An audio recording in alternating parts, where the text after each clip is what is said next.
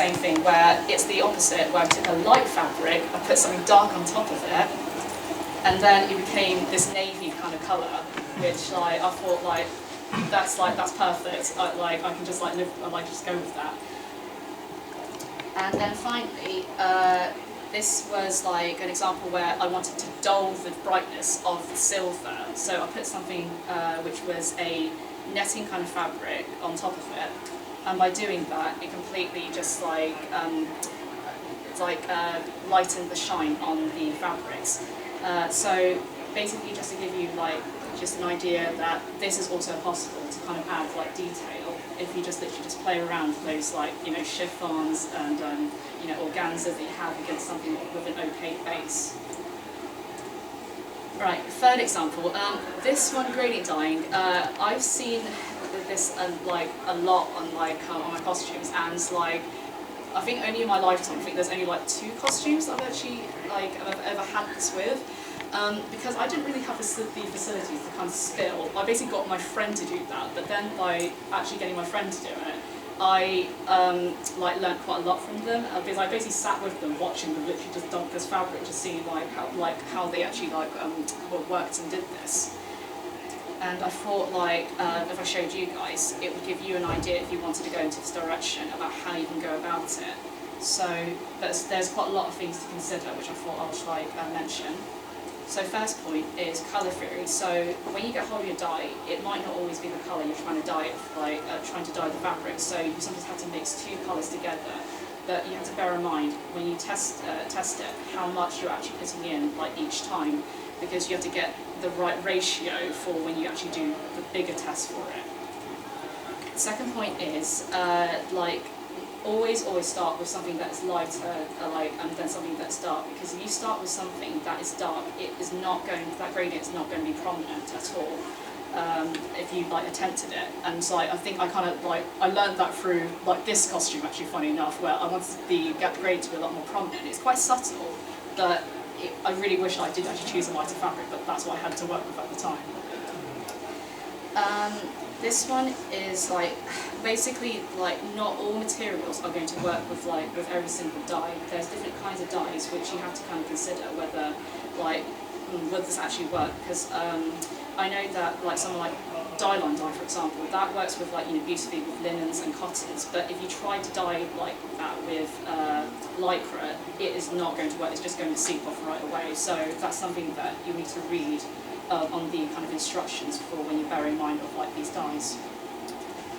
That's also something else where it's handy to know what exactly is your fabric consists of as well, because anything that has these properties in it, you'll need to use the hot stove method like is shown in this diagram to make sure that that dye literally does stick into your fabrics. Dyes also come in liquid form, they come in powder form. Liquid form is a lot easier, but if you're doing powder form, you have to make sure that when you stir it and mix, you have to make sure it's fully dissolved and all the lumps are out, because otherwise when you go to gradient dye, those lumps will appear on your fabric. And the other thing to consider is that after when you've dunked it in the fabric, you have to put it inside a box where it has cold water in it. You leave it in there until you've done the rest of your gradient dyeing. Otherwise, you just go straight into just rinsing the piece out, because it's very important for you to remove any excess kind of dye off it. Otherwise, it is going to cause problems later on. You find that, oh, this is actually rubbing off on my hands. This isn't supposed to do that. And if you are too timid to do that, there is actually pre-dyed chiffon and lycra that does exist out there, but it's very, very limited of shades. And this is actually, funny enough, what I've done with one's costume, including this one, which I've got here. And that is actually, because this section is so small that I could actually get away with it. So it works better if it was a small section, but if it's something that's a lot more bigger, chances are you will probably need to end up doing the hot stove method. Ruffles. So if you've ever made ruffles before, you will know the frustration of sewing 2 lines or a line, you gather it up, and then it basically breaks and you have to start all over again. So what I've done is actually show you an example of how to actually make it easy to actually make ruffles, whether it's one where you sew on the middle of it or whether you sew on the edge to gather it. And I've used something called a cording foot. You don't have to have a cording foot, but it will make it a bit easier. And I've also used elastic thread, cord, where because it's been secured underneath that clamp, what happens is when it goes through the sewing machine, it will automatically gather like as you sew. So by the end of it, you're basically stuck with now this really wonderful gathers that is not going to come apart. I use a zigzag stitch as well for just out of interest. And the other one I can show you is circle ruffles, where it's a bit of maths, which is why I've got something called a circle app calculator, because I can't be asked to deal with the maths. Ironic, really. And basically, I know it takes a lot more material to consider, but the beauty of circle ruffles is that when you basically hang it in a straight line, it will automatically form those kind of cascading ruffles. And if you wanted to, you could actually combine several circles together, and it would make it a lot more dramatic. So if you want to do something I don't know, from a clamp, then this is how they end up making the dresses as floaty as possible, because they use a ton of circles like this in that method. Satin stitching. Satin stitching is personally something that I actually quite like doing, because I find it's quite easy, where you simply just get your bonder web. You basically iron it on. Yes, you draw the design, and then you cut the pieces out, and then you iron it on, and it's just. And then afterwards, you then finish off in the sewing machine by using a really tight zigzag stitch, because by doing that, you can seal all the raw edges, and plus it's such a clean method as well, which is what I've actually done a lot of this cosplay actually. So pretty much I spent ages trying to satin stitch the hell out of this cosplay. And it started to get to the point where I was a bit okay, I've actually started to really hate satin stitching. Normally I really love it. And if you want to go down this kind of route, always use a vacuum stabilizer. Even if you start with a fabric where it's quite a thick fabric, chances are something will end up puckering, and the fabric will kind of gather a little bit. It'll just end up making it quite messy. So I recommend you having a vacuum stabilizer. Bond whip, it also comes in black and white, just for your info. And this method actually is better used for non-stretch fabric, because if you try to do this on a stretch fabric, because so much of it is going to gather, it's going to create a lot of mess on it. So I would say that do not attempt this unless you're literally willing to probably stabilize the hell out of it. Right. So there was this cosplay that I had where I really hated how it looked, because I was just a bit well, first of all, this character needs more sparkle, so definitely that. And I thought, is there a way I can actually make the red bit jump out a bit more? And then I found out, well, at the time I only had some glitter, and I had my bundle. I was thinking, can I actually use this? Turns out I can actually do that.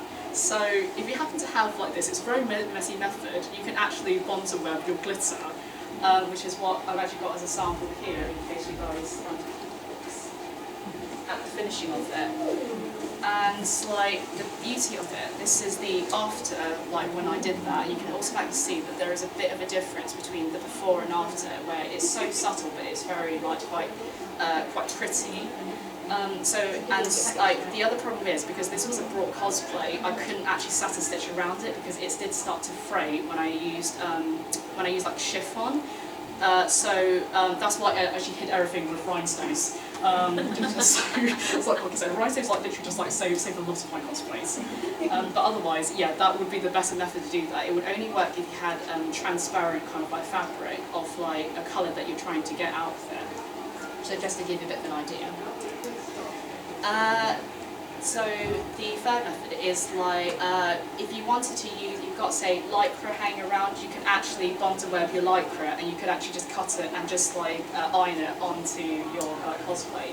If you find that you don't actually want to sew around it, and the beauty of it is it just obviously doesn't unravel. Another quick method. Embroidery, so quite a long process. So first option is you can always hand embroider, which takes us such a long time, but it is actually a really nice effect after this. So that's one method. If you don't have a embroidery machine, it is actually possible to do all this on a sewing machine, even though it will take a bit of time, because constantly I had to change the width and the length of like the stitch, like just to kind of make sure that everything kind of like curved. I mean, there's some areas where it's a little bit uneven. You can tell that, oh, okay, yeah, where it was a little bit messy, but it worked for what I needed it anyways. But yeah, just to say that it is also possible. Lace patches, so easy. There's like some in existence that you can actually like buy, like where you can easily sew them in, basically if you hand sew them in. I basically always like tend to stitch in the areas where it makes it quite inconspicuous, where like you won't actually see where the stitching is. If you can't find like a lace patch you like, you can also take like some lace fabric with like that kind of edge, and you can actually cut that lace edge and use it for part of your cosplay. So that is also another idea. That's if you want to lace on your outfit, you can do it that way. You'll often find them called a PK online because some people can't tell the difference. So yeah, exactly. Search both words if you're looking for them online. Oh, that's an issue as well. Lace and PK, I'm like, no, that's lace. Yeah. I've had that issue before, so I had to like literally like go into quite hard with my research when I did that. So frustration. Next one, very, very popular method, iron on like vinyl, where simply you just draw your design, cut it, and then you just iron it, and just peel off the backing, easy as. And like iron on vinyl comes in kind of like different types of like shininess and varieties. And I've actually got a little like sample just to show you with ducks in it because I really like ducks. Who doesn't? So those are kind of like different ones that you can actually experiment with. So something to bear in mind of if you were to go down this route, when you are like trying to get out or any of these like small little delicate areas, you have to be so careful because like there is a chance that if you go a bit too fast with it, it will rip. So just bear in mind, like that's one thing that happens with like vinyl. Always like test this on a piece of fabric that you're planning to deal with because there is a chance that this vinyl is not going to stick onto that fabric if you attempted it. And there is actually such a thing as a stretchy, like a stretch vinyl, but as far as I'm aware, there's not a lot of colours. It's quite limited, and like you can tell the difference between it through like the texture because automatically, if you actually looked at these samples, you can tell like one of them is a lot more thinner than the other, and it's a bit like more. I don't know. It feels like a lot more. It goes like smoother. Just to give you an idea.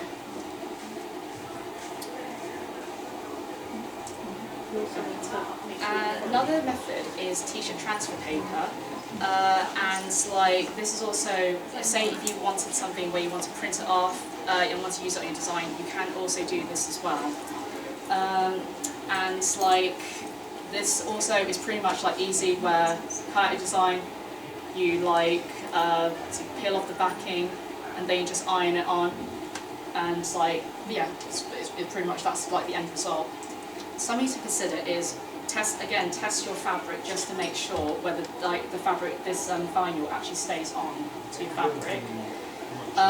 Very carefully peel away like the backing paper because when you've got a very delicate design and because it's so thin as well, it will like cause a lot of problems. So I've actually done an example where it's actually came out okay, and I've actually purposely did an example where you could tell it went completely wrong.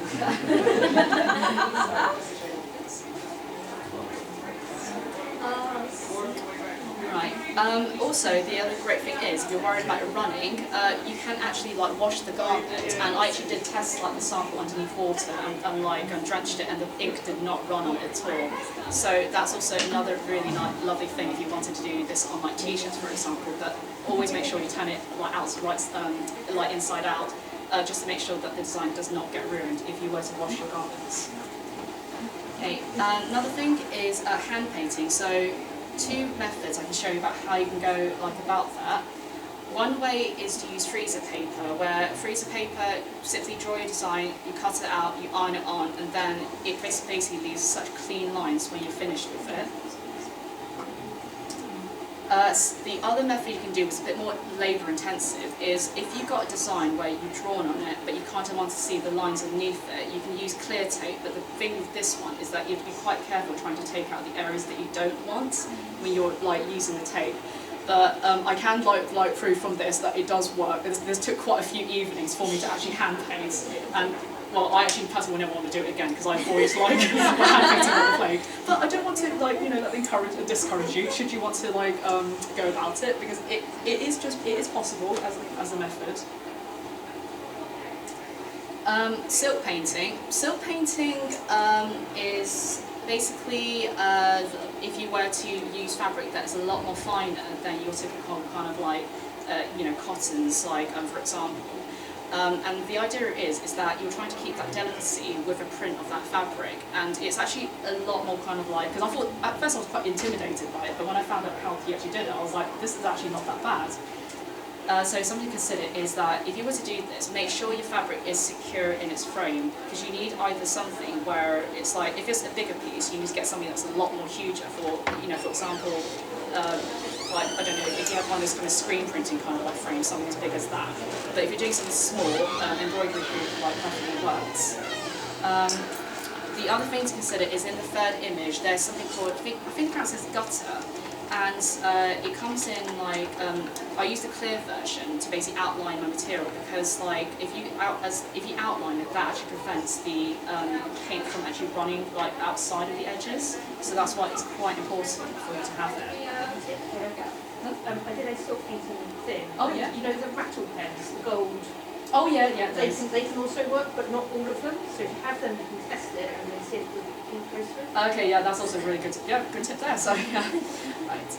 And like obviously, like the other thing is make sure that the ink that the paint that you're using is actually suitable for it, because there is like the problem is, because it's the fact that it's such a light, delicate fabric. It's like you don't want to use something like acrylic something, because that is just going to like pretty much just destroy the delicacy of that like material. So make sure that it is like suitable for like silks. Well, a nice example of that. Yeah. And I have no painting apart from acrylic. So Oh, okay, yeah. It's a bit gone stiff. to shit. That's It's why. a little bit stiff, so. Yeah, because Well, even if you try to water it down, I find it's not going to work. So I was like, I need to actually get the actual couldn't water stuff. it down further because it would have bled across, and well, That's my stencil was just a piece of acetate that I cut out on and taped down. We always learn the hard way with these things. So. We do. Right. And of course, like colour gutter does actually exist as well. So it comes in like silver, gold, bronze that you can actually use to draw on your pattern. So I've got a example here where actually I've done this.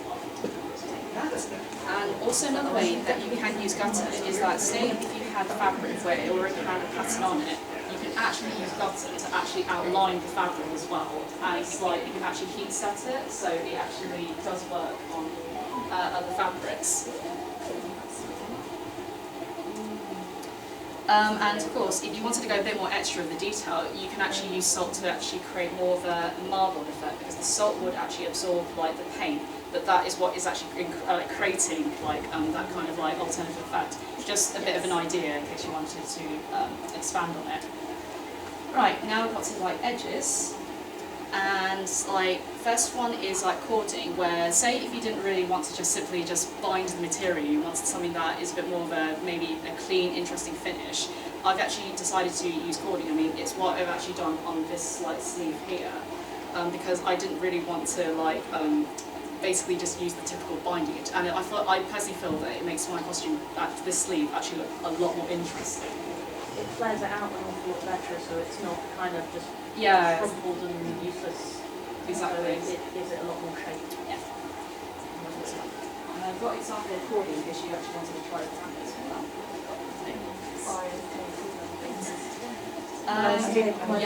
Yeah, bias tape, of course. Obviously, don't like binding. Bias tape is also, of course, like a great way where I've shown three like different examples, because I know that obviously you can get it in cotton, but the ones I've got is I use Lyrex, like I've got it in like the Lyrex kind of bias tape to make a sparkly edge. I basically used satin, bias binding as well. So I just think I wanted a bit of shine on it. And the last one, I've actually made it out of brocade because I wanted this cosplay to be particularly a bit more interesting.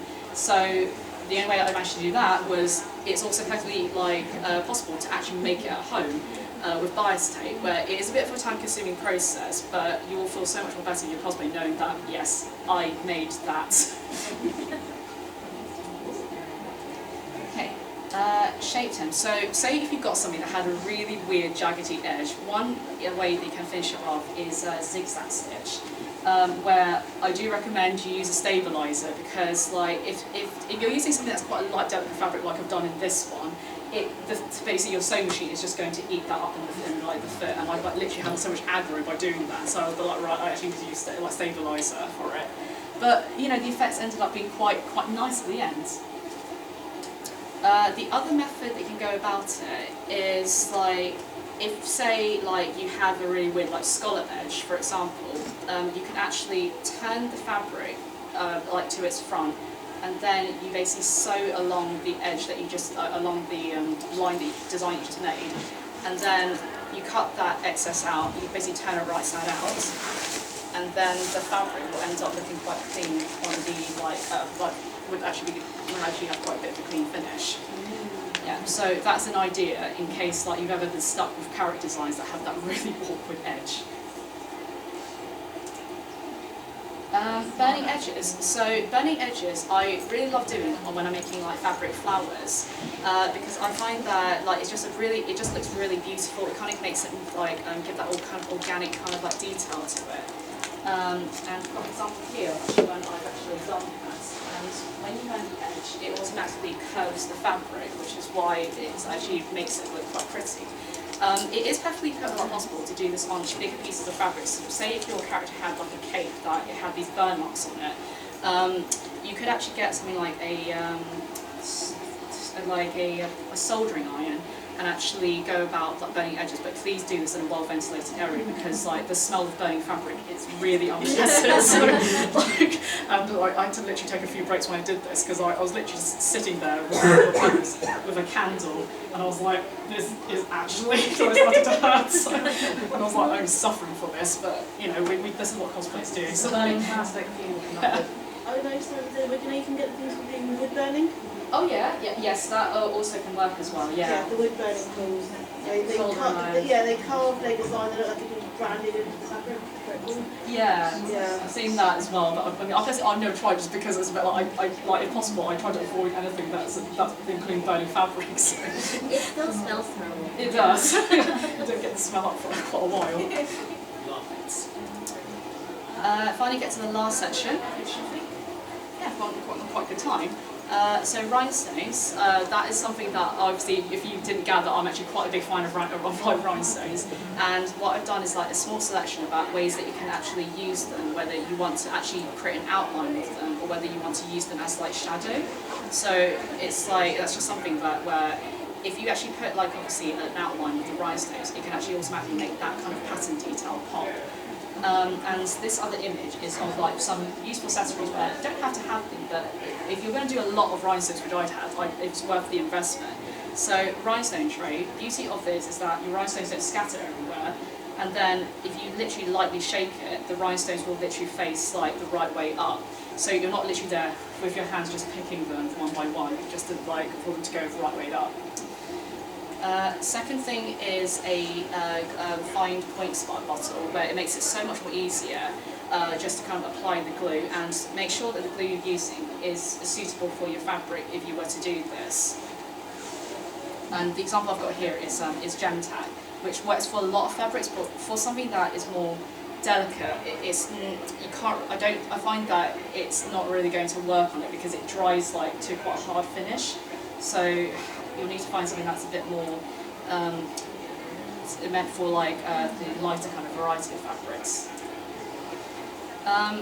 The other thing that makes it stick is this thing called wax glue, which I tend to use quite a lot. Where as soon as you basically get hold of a little section, it's a little bit sticky, but then it's sticky enough to attach the rhinestones. But as soon as you obviously apply that blob of glue on it, it obviously just the rhinestone will come off like really easily. And this is something where it's optional again, where I got a dual end pen where the pens, well, this side of it is used to pick up much more smaller rhinestones, but if you were to pick up much more bigger pieces, that is what the other end is for. Alternatively though, if like, this also works if you've got something with like a fine point pen, but it's just like obviously worth kind of like the kind of investment if you wanted something, if you knew you'd be doing quite a lot of like embellishment work. And just for your info as well, rhinestones also come in like different kinds of grades, and the one that I personally go for is glass, because obviously crystal is bloody expensive. Like I can't afford that each time. And like glass is actually a happy medium because like the shine is just right. You get enough like kind of like sparkle off of it, off your costumes when you apply it. Acrylic and resin is just the budget end of it, where like you still get shine, but it's not as fantastic if you like have glass or crystal.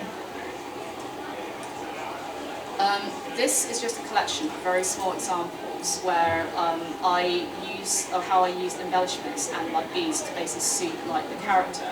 So each time I see a tiny detail, I'm just a bit like, can I make this more interesting? So we've got a character where the aesthetics is like rose, and like you see, I basically found like a trim that is quite small that has rose patterns on it. I did like a Pokemon as well. And like water Pokemon, so I thought, okay, pearls are perfect for this one. Like figure skaters, I use like sequins as well, because I thought, like, why not? So basically, just to say that your imagination can go a little bit crazy with this one. The third option, of course, is resin clay. I mean, I know there's a lot of clays out there, but I think I've crafted with enough kind of like clays over the years to kind of like feel that, yeah, resin clay is pretty good. To like, if you were to craft like any kind of like these little pieces, because for one thing, easy to use and like in shape. When you start moulding it, you can actually apply a bit of colouring into it, and the colour will like form on it. Also, you don't have to worry about baking or anything like that. It just dries, even though it will take quite a while to dry, like maybe 24 hours or something. You have to wait to make sure that it's all perfectly like set. And then the other thing is it's really strong, because this cosplay I've actually had for years in my cupboard. I took it out recently just to get this photo, and it's literally stayed intact. It hasn't crumbled or anything, so it will last for quite a while. I've actually used actual normal edge clay, and I applied this with a gas bright yellow water that dries clear but makes it waterproof. And I kind of did that, and I made like a, do you know, trinket? I made like trinkets eyelash, and then people stuff there. I did that one. And I made, see, you can't get resin clay. You can. I think there's like 7 different bottles on Amazon, so they're like waterproof and agent or something. And you put it on, you make it, put it on like a couple of coats, and it's what you use to make vases. Waterproof. And then that dries 24 hours, and you paint over it and varnish it as you would like normal any other clay. That's actually a really good tip, because I mean, it's very rare they do work with clay, but that's actually something that's really handy to know, that you can survive that. So yeah, thank you. So also, it takes to glue very well. So basically, I stuck these bits onto beads, and they've literally just stayed intact. It's great for it. But the one bad side about resin clay is that it's not ideal for large pieces, just because of the weight of it, and it's so. If you were to kind of like, I don't know, I've seen enough kind of like Hoyo cosplays to kind of like know that if you try to make these like really delicate kind of like shapes with those huge pieces, it's not really particularly going to work, and it's not going to stay in your costume. It's just going to like, yeah. Looks like end in tears for that one. Alternatively, of course, there is foam clay. If you find that you're making something that's a lot larger and you actually like need it to be quite weightless, foam plate is something that I actually did very recently, where there was this piece that had to hang on this really awkward part of the character's shirt, and like what I did was actually I made a mould, and then I used like foam plate to squish into these moulds, and through that I made like these pieces that were very, very light, and also it sands very well, and you can paint it quite easily. Another way you can make foam clay, which is what I've actually done with these gauntlets as well, is that you can actually cover them with like stretch vinyl as well. Like if you didn't want to kind of like go through the whole painting process of it. just to give you like kind of another idea how to use it. But one warning I will say about foam plate is that it will shrink about a third of its size, so it's quite hard to try and like estimate how big you actually need to make it. But you know, just a tiny bit bigger, because like at least you can cut away like if it's too big, and you can sand away if it's too big, rather than it being far too small. And we get to molds, as you saw there, where it's actually easy to get to actually like make, where you can actually buy these kind of like off like Amazon, for example, or actually like your craft stores, where simple, very easy, get 2 parts, mix them together, you put your like gems in the tray, pour the liquid over it, and it forms like a mold, which is what I've actually done like here. But this method, just to bear in mind, it's best used for anything that is a flat back gem. And it's actually also possible to use the same stuff for if you were to make a 2-part mold, but that's like a whole other kind of like process altogether. So I'm just showing you like the basics of like how you can go about that. And another way to make it is you can use like silicone putty, where it's obviously the dry version, but pretty much like feels like you're moulding kind of like with clay, where again 2 parts, mix them together, but you have to press like the pieces in like immediately, because this will set like quite quickly, like about 30 minutes or something, it will begin to set. So that's something to like bear in mind of if you were to do that. And I always found that whenever I use this mould against this like liquid silicone mould, the finishing is always a lot more duller. And go to my last slide. So resin casting.